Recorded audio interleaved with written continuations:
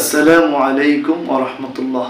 দূরে কাছে দেশে প্রবাসে যে যেখান থেকে এই ভিডিওটি দেখতে পাচ্ছেন কিংবা পরে দেখবেন, আপনাদের সকলকে পবিত্র ঈদুল আজহার শুভেচ্ছা জানিয়ে আজকের মতো শুরু করতে যাচ্ছি।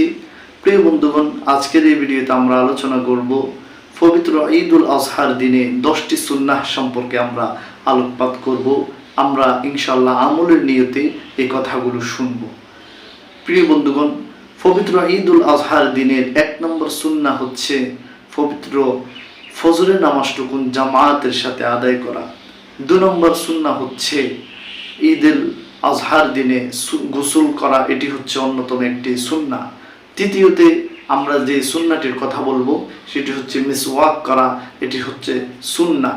4 নম্বরে আমরা যে সুন্নাহটির কথা বলবো সেটি হচ্ছে পবিত্র ঈদুল আজহার দিনে উত্তম পোশাক পরিধান করা সুন্নাহ।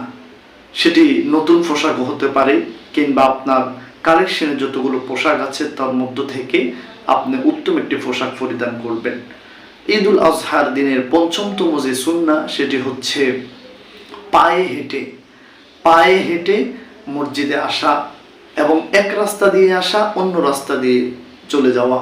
এর দ্বারা যেটি হবে, প্রিয় বন্ধুগণ আমার, এর দ্বারা যেটি হবে সেটি হচ্ছে আপনি এক রাস্তা দিয়ে আসলেন, সে রাস্তা দিয়ে আসার পথে আপনার পরিচিত জনদের সাথে ঈদের আনন্দ কৌশল বিনিময় হলো।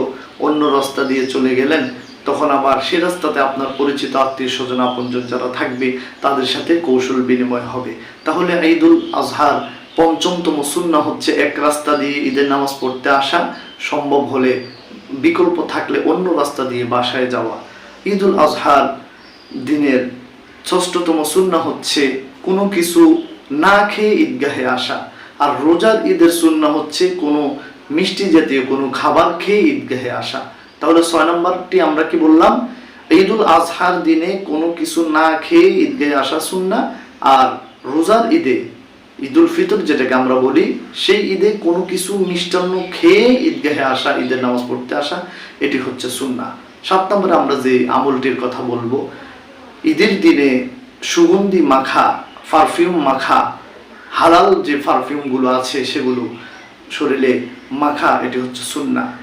তারপরে 8ম নম্বরে আমরা যে সুন্নাহটির কথা বলবো, ঈদের দিনে আত্মীয় স্বজনদের সাথে সুসম্পর্ক তৈরি করা, এটিও একটি সুন্নাহ। 9মতম যে সুন্নাহটি আমরা বলবো সেই সুন্নাহটি হচ্ছে ঈদুল ফিতর কিংবা ঈদুল আজহা এই দিনে বেশি বেশি আল্লাহ তাআলার জন্য দান করা, সদাকা করা, এটি হচ্ছে সুন্নাহ। 10মতম আমরা যে সুন্নাহটির কথা বলবো সেটি হচ্ছে যে আমরা খুতবা শুনবো, ঈদুল ফিতর ঈদুল আজহার নামাজে শরীক হব, আমরা আগে আগে ঈদগাহে আসব, আমরা ঈদুল ফিতরের জামাতের, ঈদুল আজহার জামাতের যে শৃঙ্খলা আছে তা আমরা বজায় রাখবো। প্রিয় বন্ধুগণ আমার, এই 10টি সুন্নাহ ছাড়াও আরো অনেক সুন্নাহ আছে ঈদুল আজহার। তো আমরা যে 10টি সুন্নাহর কথা বলেছি, আল্লাহ তাআলা যেন আমাদের সবাইকে এই 10টি সুন্নাহ ঈদুল আজহার দিনে মেনে এবং পালন করার তৌফিক দান করে। আমিন। ওয়া আখির দাওয়ানা আলহামদুলিল্লাহি রাব্বিল আলামিন। আসসালামু আলাইকুম ওয়া রাহমাতুল্লাহ।